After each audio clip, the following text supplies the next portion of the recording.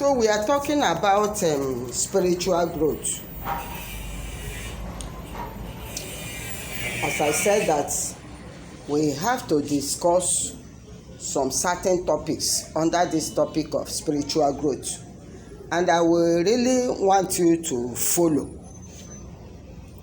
all the teachings. We have talked about introduction to spiritual growth, why spiritual growth, we discuss about it, keys to spiritual growth, barriers to spiritual growth, and benefits of spiritual growth. Spiritual growth is a vital topic in Christianity. Every living thing grows. We have talked about the definition of spiritual growth is to advance in spiritual journey or relationship. No matter whatever you believe, you need to advance. You need to go forward in your belief. You need not to be static in your belief. So today I want to talk about why spiritual growth. Number one, foolishness.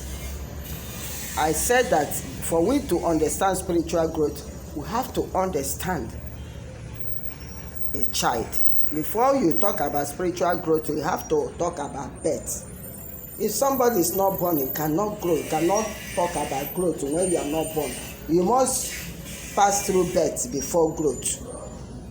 So, no mother or father will be happy to see that the child that they brought to the world is not growing.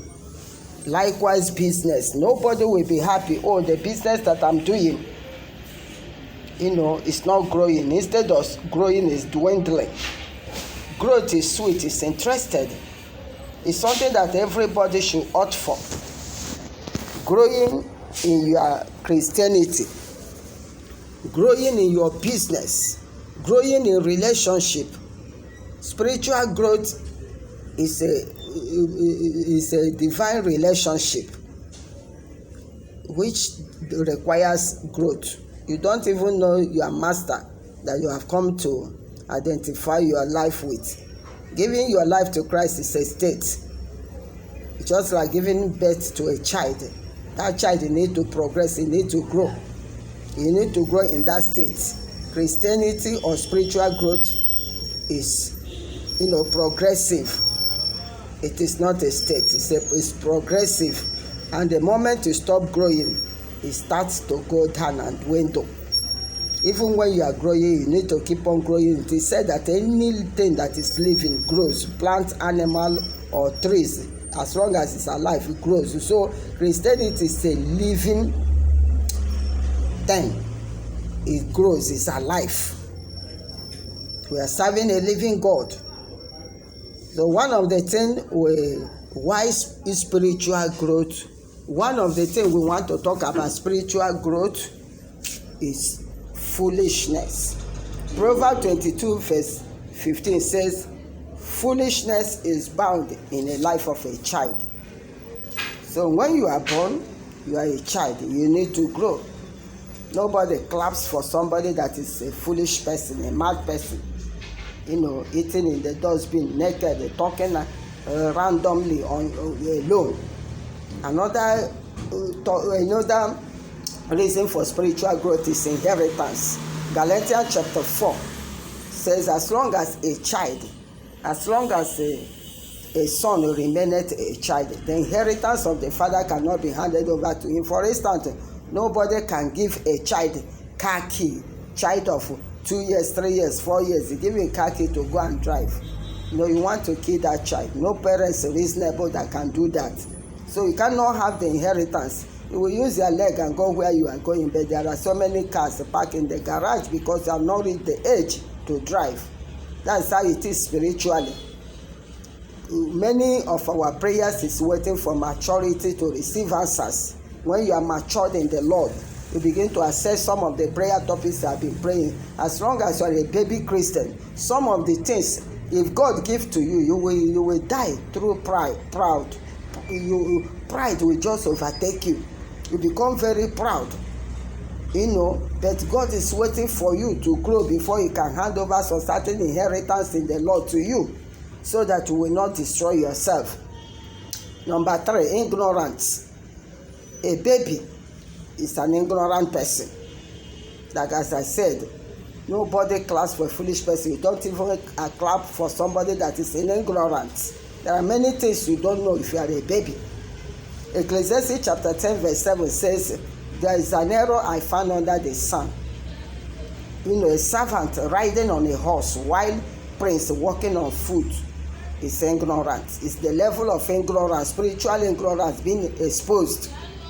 Many Christians are just priests. The Bible says in Revelation 1:6, we are priests and kings unto our God. And many Christians are in a low-able life and Christianity. Why? Because of much ignorance. They cannot have that authority as a prince.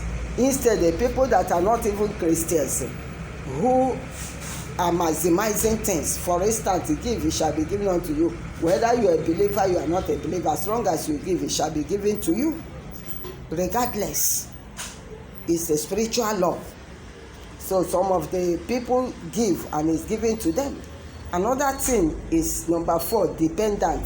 A child is a dependent. As long as you are a child, you are depending on your parents for shelter, clothing, food, eating, everything. You are a dependent.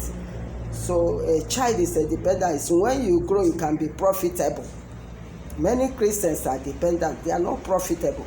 When you grow, you begin to be a blessing to others. Number 5, power. You can't hand over power to a child. Satan is a subtle being. We win him by wisdom of God, wisdom of the word of God. You see, Luke 10:19 says, I've given you power over the powers of the enemy. Those power cannot be handed over to you if you are a child. Job 17 verse 4. He said God don't want to promote them. That's why he hide understanding from them. Many people understanding are hidden from them.